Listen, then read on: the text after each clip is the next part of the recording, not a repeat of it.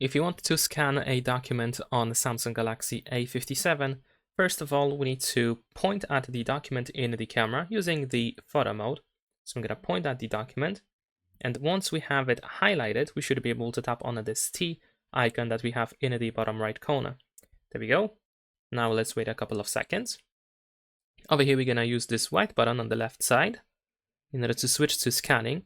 And then in here, we can crop the area and choose what part of the photo is actually the document.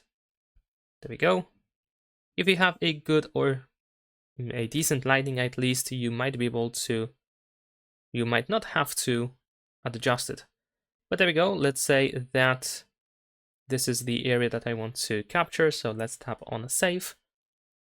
There we go. The document has been saved, so we should be able to open it, and we have our scan. And that is pretty much it. Leave a like and subscribe.